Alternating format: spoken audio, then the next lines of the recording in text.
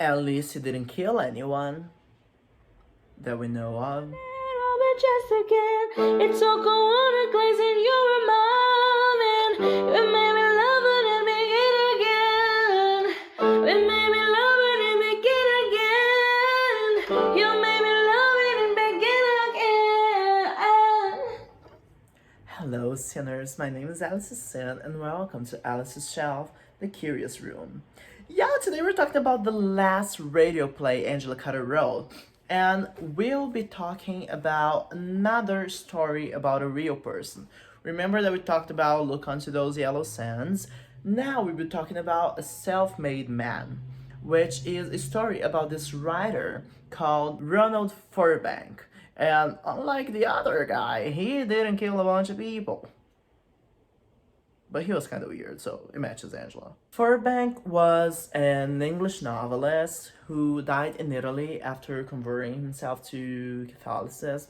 And he was known for his particularly fantastic and perverse literature. During his whole life, he moved a lot. Angela Carter says that he lived basically in hotels and rented rooms because he would never stop at a place. And even after he was buried, people found out that he had turned Catholic and they had to rebury him. So even after death, he kept on moving. And that's really interesting because he composed many of his novels on postcards. He lived in a great family. Daddy, Baba, that's how they call mom, two brothers and one sister. And the sister was the only one to live long enough to get old because everyone died at a young age. And his family had new money because of railways, which is ironic because he was moving all the time. Firbank had bad lungs and needed the sun a lot. I think it's asthma, I can tell.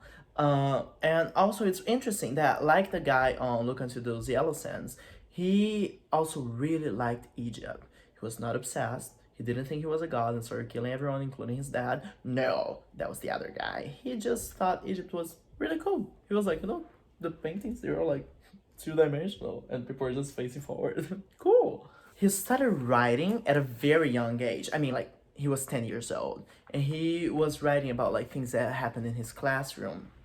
There's a mention to this story with a fellow classmate that it's really important because Angela Carter highlights how from a very young age he was already interested in behavior and formalism, and that became a huge thing for his later writing. His older brother died at the age of 20 because of too much drinking.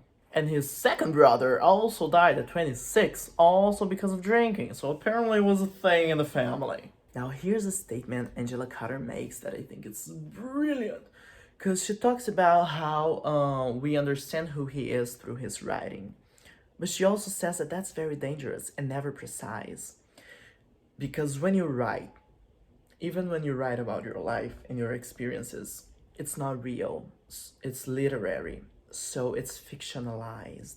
So you never know what's real and what's not. There's this text, which title I can't recall, but that talks about how memory, which is everything we have when we write, because you're not writing anything in the moment it happens, and memory fails us all the time. We can't remember precise details. We just can't. And that's why like each person remembers a certain event in a certain way. So it's very dangerous to create the image of a person through his writing because it's not real and it will never be. But she does point out some interesting facts about him. For example, that he wore nail polish. He was known as the guy in red nail polish. And he also wore rouge. And that's like the beginning of the 20th century, so it was probably a scandal. And she even brings out this guy who met him once because they had a friend in common. And he was like, oh, so many fairies around here, because fairy was like the homophobic term. I don't know if people use that. You can call me a fairy. I think fairies are pretty. And it's really interesting how Carter points out that he probably helped a lot in the building of his legend, of himself as a legend. Like, he chose what he wanted people to know. So that's the way he wrote things, which is chef's kiss. And she also compares him to Mr. Oscar Wilde. We just talked about The Picture of Dorian Gray. I love Oscar Wilde to death. He's amazing, an amazing writer.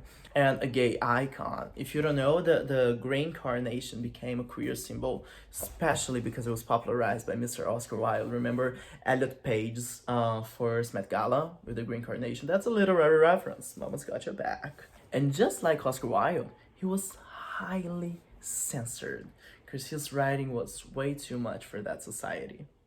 And just to end this, he had his famous final words. He was really well known for his laughter, and he wrote in a letter right before he died, "Have you forgotten a certain laugh? It is growing rarer and rarer now."